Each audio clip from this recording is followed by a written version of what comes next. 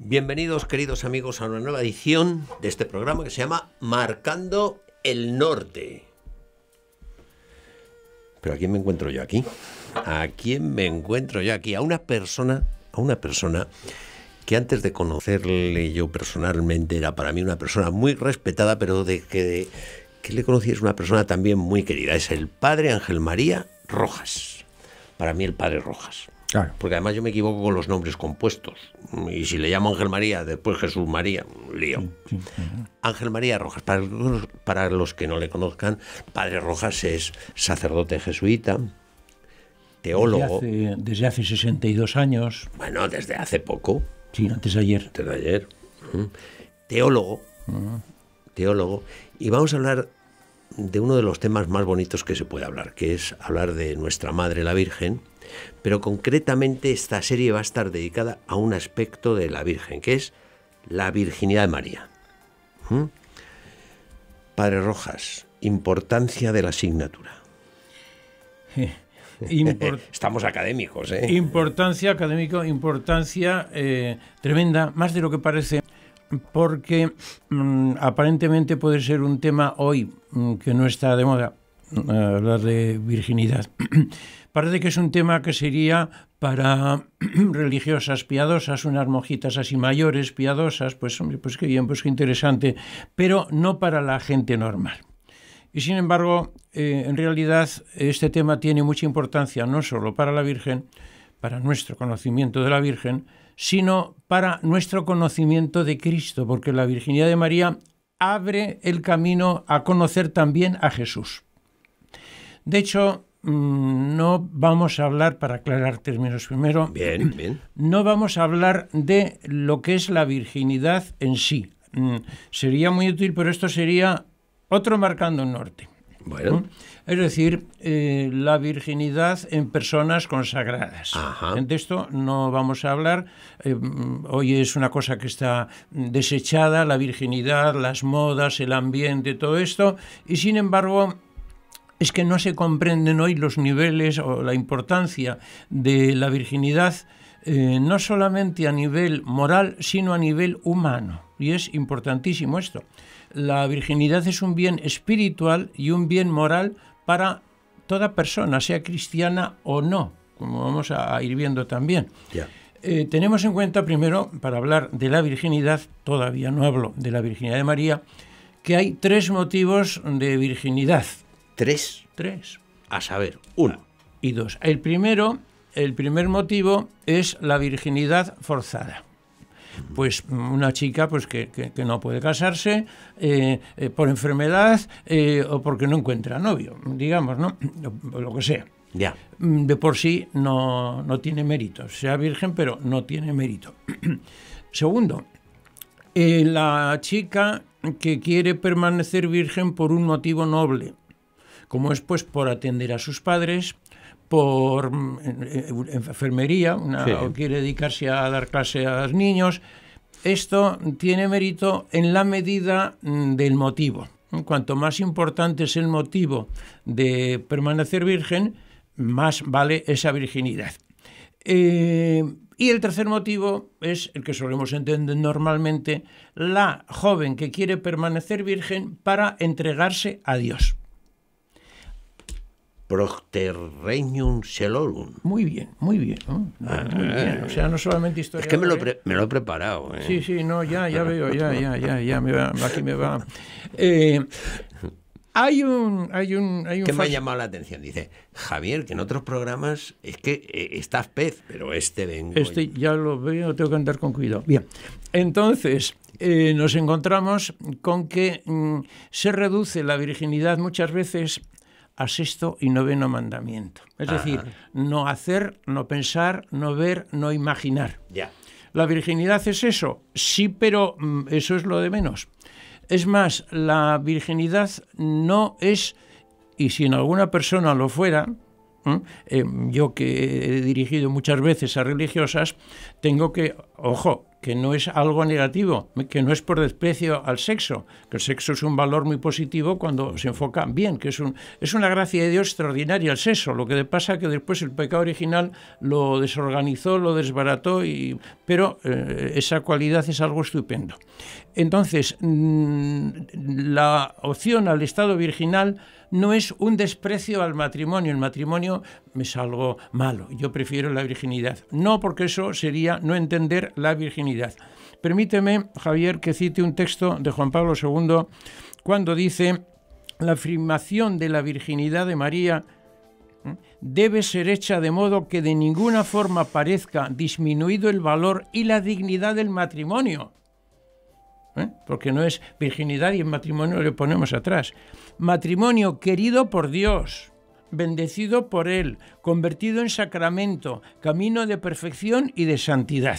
Por consiguiente, no es la virginidad y los matrimonios, no. Son las dos cosas dignas de encomio y de alabanza. La virginidad cristiana es la plenitud del amor a Dios en una persona que quiere entregarse en cuerpo y alma a Dios, ya en esta vida. Esa es la que se hace, eso es la que tiene relación con eso que yo he oído del voto de castidad. Sí, claro. Es decir, cuando tú te casaste, hiciste también de alguna manera un voto. Eso mismo. ¿Uno? ¿Unos cuantos? No, varios en la práctica, pero quiero decir después. Pero en el momento del matrimonio, te comprometes a querer, a amar a tu mujer. Eso mismo hace la chica que hace un voto de virginidad. Eso es el voto de castidad. Lo que pasa es que en el matrimonio no es un voto previamente dicho, moralmente o canónicamente dicho, pero en el fondo es lo mismo. Yo no quiero a otras chicas, yo voy a querer solo a mi mujer. Ya. Entonces, la chica virgen lo que hace es decir: yo no quiero chicos, yo quiero solo a Jesús. Ya. O sea, que tiene gusto de decir a Jesús. Ese es la virginidad tercera de la que usted hablaba. La virginidad tercera, que es por Dios. Que es por Dios, vale, fundamentalmente. Nos vamos centrando. Lo esencial de la virginidad, todavía estamos en la virginidad en sí, ¿verdad? Sí. Es un corazón vuelto solo a Dios, como un lirio que se vuelve única y exclusivamente al sol. Y únicamente se abre al sol. Y no por motivos humanos, que son muy nobles, sino por amor a Dios. Hombre, de hecho nos encontramos en la práctica con que chicas que he conocido a cientos y cientos de chicas y he tratado con muchas chicas de su vocación y todo esto, evidentemente les gustan los chicos, claro. Si no le gustaran los chicos, yo ahí lo frenaría y diría: stop, tú tampoco para el convento, porque aquí te pasa algo raro. Hay chicas que tienen novio. A veces, bueno, es que encuentro que Dios me llama, pero Dios me llama con más fuerza. Ya. Esa es la cosa. Bueno. Pero avanzando más todavía en este terreno, es que la virginidad había que verla como un amor esponsal. Es un amor sí esponsal, pero eso sí, es una contradicción. O si es virgen no es amor esponsal. Imagino que habrás leído la Mulieris Dignitatem. No. La carta. No he leído. He venido preparado, pero no tanto. O sea, usted me sobreestima. Pues mira, es el documento que ¿Qué yo... dice? ¿Qué dice? Ahora que está de moda el feminismo, sí, yo pondría obligación que toda mujer, cristiana o no, lea, y todo marido que quiera entender lo que es una mujer, que es una cosa estupenda ser mujer, lea la Mulieris Dignitatem, porque es un documento de Juan Pablo II que pone a la mujer, pero mucho más por encima de lo que ella se pone. Y el Papa dice: la virginidad contiene un profundo sí en el orden esponsal, el entregarse a Dios por amor de un modo total e indiviso. Es una boda. Es una boda con Dios. En vez de casarme con este chico, me caso con Jesús, ¿verdad? De tal manera que, añade el Papa, no se puede, esto es muy interesante, no se puede entender la virginidad sin comprender el amor esponsal por el que la persona se convierte en don para el otro. Porque, añade el Papa, el prefín del matrimonio tiene su raíz en la virginidad. O sea, no la virginidad de Voy a matrimonio. hacerle caso, voy a leer esa carta. Voy a leer Primera tarea de la carta, apúntalo. Sí. Bueno. Y por fin, en este aspecto de la virginidad en sí, la virginidad es fuente de maternidad. Toda mujer quiere tener niños. Toda mujer que tenga un corazón sano, vamos, claro, que quiere tener niños y que le llamen mamá.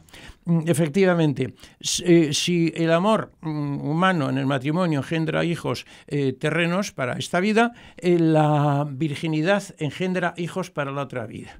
Yo no me he casado, claro, y me llaman padre montones y montones de chicos, evidentemente. Y yo que no soy ningún chico también. Sin ir más lejos, claro está. Y es curioso que Dios designa precisamente a María para ser madre, y precisamente para ser madre de Jesús le infunde el deseo de virginidad. Pues esto me da pie a mí para que vayamos al tema, y ahora de la virginidad en general pasemos a la virginidad de María. Muy bien, esto ha sido como una introducción para aclarar un poco el tema. La importancia de la asignatura. De la virginidad, efectivamente. En la virginidad de María, que también hoy es atacada, y, perdóname que te escandalice, también por católicos, personas que se llaman católicos.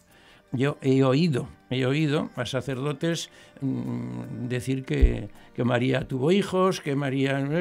Entonces es un tema, exposiciones inmorales, hoy día esto está de moda, pero yo lo que digo es que aunque se quiera echar fango, barro al sol, es inútil. Por muchos puñados de barro que queramos echar al sol, el barro nos cae a nosotros, al sol no le alcanza. Y en este tiempo confuso, creo que hablar de la virginidad de María pues es algo importante que aclare nuestros conceptos. Además es que es nuestra madre. Claro, tú no admites que se metan con tu madre. No admites, me estoy acordando, San Ignacio de Loyola, mi fundador, cuando se estaba convirtiendo, iba de Loyola a Manresa y se encontró por el camino, iban ahí en caballo, con un moro. Y el moro atacó la virginidad de María. Y a San Ignacio le dio mucha rabia y llegaron en una bifurcación del camino. El moro tiene una dirección y San Ignacio paró su caballo, dice, le voy a dejar libre. Como siga la dirección del moro, le mato. Por haberse metido con la virginidad de María. El caballo se fue por el otro lado. Menos mal. En Toledo, estamos hablando de hace tiempo, del año 665, Santa Leocadia se aparece, como sabes, a San Ildefonso, que había escrito 2 libros sobre la virginidad de María, para felicitarle. Y la Virgen se le aparece a San Ildefonso el 18 de diciembre de ese mismo año de 665, cuando iba con el clero a predicar a la catedral, y vieron una luz y oyeron unos cánticos que salieron todos corriendo, menos San Ildefonso y algunos diáconos. Entraron y estaba la Virgen en la sede del obispo.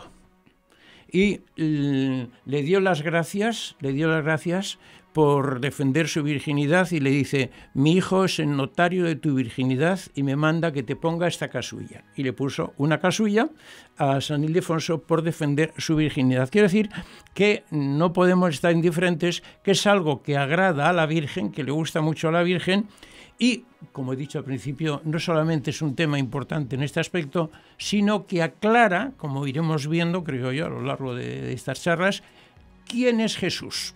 Ya, oiga, pues se me ocurre a mí que a lo mejor la Virgen, por hacer estos programas, no una casulla, pero a lo mejor algo, una estola.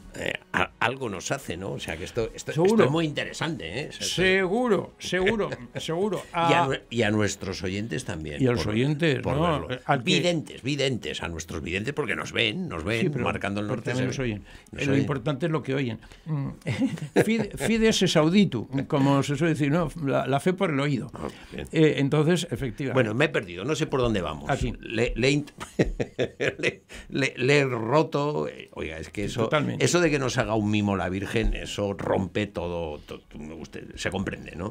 Sí. Bueno, sí. ¿por dónde íbamos de la lección? Pues yo ahora lo que quería comentar es ¿por qué es virgen? ¿por qué es virgen? ¿Tiene sentido? Vamos a ver. ¿Podía no haber sido virgen? No. No. ¿Por qué es virgen? Pues esta es la cosa. Porque va a ser madre de Dios, sencillamente.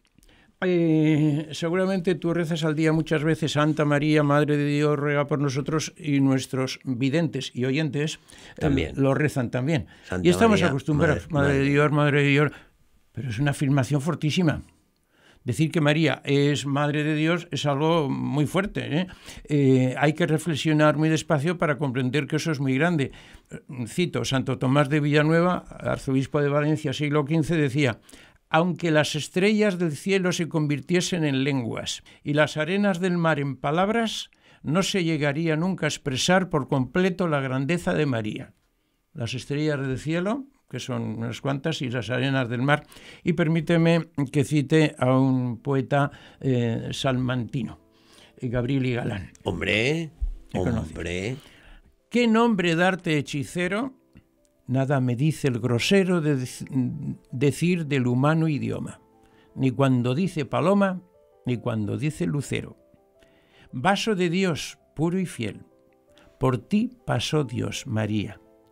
Cuán pura el Señor te haría para hacerte digna de Él. ¿Qué más decirte podría en tu alabanza y loor, después de decir que un día fuiste sin mancha, oh María, la madre del Redentor? Muy bien, se veía que ya lo conocías. Bueno, es que Gabriel Galán. Esta es preciosa.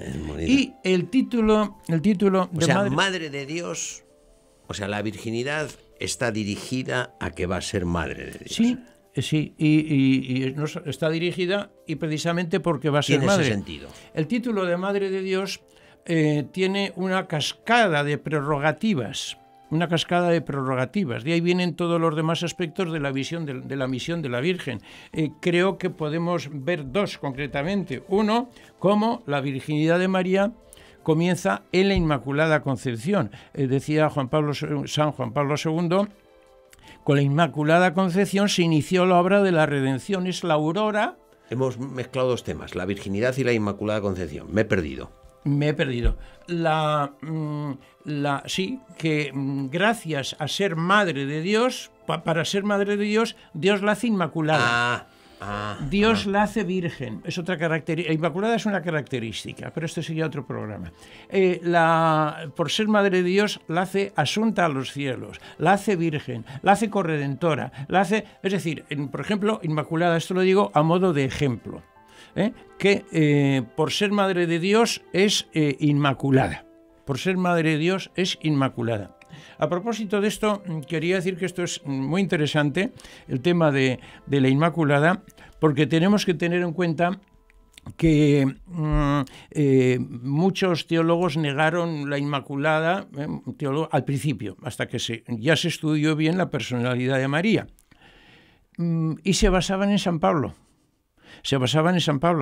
Teólogos del siglo XIII de la altura de Santo Tomás de Aquino, San Alberto Magno, San Buenaventura, negaban no la virginidad, la Inmaculada Concepción. ¿Por qué? Porque dice San Pablo que todos tenemos pecado original, porque si no tuviéramos pecado original no podríamos ser redimidos por Cristo. O sea, María tenía pecado original. Hasta que viene el beato Duns Scoto en el siglo XIII y dice, hay una cosa que es la redención liberativa, que nos libera del pecado original, que es lo que nos pasa en el bautismo, pero también la preservativa, es decir, que a uno le preserva. Y esto lo explicó muy bien con aquella fórmula: dequid, potuit, ergo fecit, es decir, dequid, convino que María fuera inmaculada, porque iba a ser madre de Dios. Potuit, Dios pudo hacerlo porque es omnipotente. Ergo fecit, por consiguiente lo hizo. Pedro Calderón de la Barca, ya en el siglo XVII, pone este ejemplo. A una persona cae en una fosa y le sacan. A otra le ayudan para que no caiga. Claro. Nosotros somos liberados de la fosa y a María le ayudan para que no caiga. En una frase española del siglo XVI, quiso y no pudo. No es Dios, no es omnipotente. Pudo y no quiso, mal hijo. Digan pues que pudo y quiso. Y en palabras del mismo Calderón, Dios siempre os reservó a vos flor del nuevo paraíso, igualándoos a los dos, porque pudo hacerlo y quiso como hijo y como Dios. Bueno. Y esto se resuelve en 1854, que se declara el dogma. El dogma de la Inmaculada Pero Concepción. Vayamos a la virginidad, virginidad. Sí, nos encontramos con que es que desde el comienzo mismo de la Iglesia, uniéndolo con la virginidad de María, en los Hechos de San Andrés del siglo I dice: puesto que el primer hombre, Adán, había sido extraído de una tierra inmaculada, era necesario que el hombre perfecto naciese de la Virgen Inmaculada. Es decir, ¿pudo Dios haber hecho un mundo mejor? Puede ser. ¿Pudo haber hecho una madre mejor? No puede ser. María, y como Dios no puede mejorarse, así de madre mejorar no puede. Lope de Vega. Ajá. Entonces, digo, por ser madre de Dios la hace Inmaculada, por ser madre de Dios será asunta a los cielos. Estamos entrando en otra. Sí, es decir, por ser madre es Inmaculada. Y por ser madre de Dios es asunta a los cielos, y por ser madre es virgen, que es donde nos vamos. Pero es para que veamos que el título, el hecho de ser virgen... No es una cosa aislada. No. Es algo que está fundamentalmente en la persona de María y que va unido a su ascensión a los cielos, que va unido a ser Inmaculada y a los demás dogmas o prerrogativas que tiene la Virgen. Bueno, pues sigamos con la asunción a los cielos. Sí, la asunción a los cielos es curioso porque esto no se suele explicar, pero la Iglesia ve que María sube a los cielos porque es Madre de Dios y porque es Virgen. Y quisiera solamente dar una cita. Pues fíjese, eso yo, en mi ignorancia, solo era porque es Madre de Dios, pero no había caído en la relación de la virginidad con la asunción a los cielos. Pues entonces dos citas. Una, San Buenaventura, siglo XIII.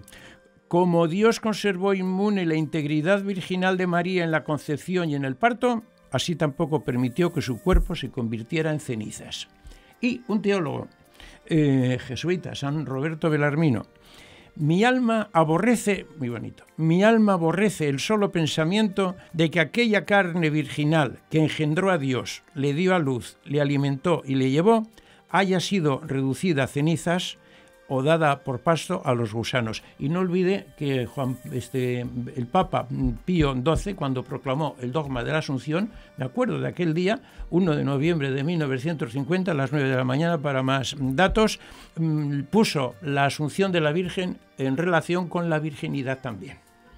O sea, eso es el último dogma proclamado por el Papa, por los papas. El último dogma proclamado por el Papa. Por un papa, sí. Y efectivamente lo pone la Asunción en relación también con la virginidad. Por eso digo que tema importantísimo.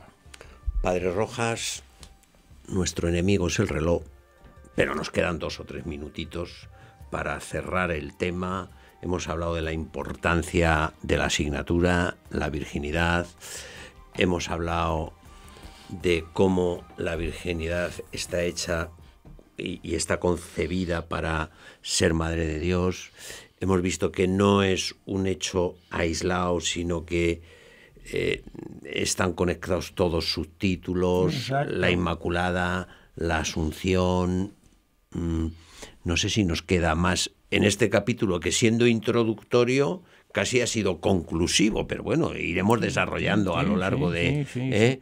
Ha sido abrir la primera página. La primera página. Sí, bueno. Así queda mucho. Recordemos que desde el principio, hablo del tiempo de los apóstoles, se la denominaba fundamentalmente la Madre de Jesús. De tal manera que si se hubieran perdido los sinópticos no sabríamos cómo se llamaba la Virgen. Como usted sabe, María aparece 48 veces en el Nuevo Testamento. Se la cita 48 veces.